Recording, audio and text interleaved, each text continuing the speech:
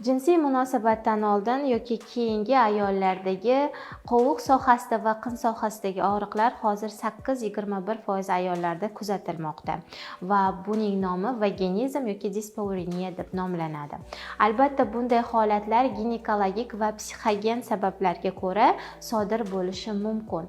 Deylik, ginekologik sabablarda ayollarda kista, miyoma yoki qandaydir eroziya holatlarida bo'lsa, ya'ni ularda matkasida problemasi bo'lsa, bu og'riq har doim jinsiy munosabatdan oldin yoki keyin og'rish bilan namoyon bo'ladi.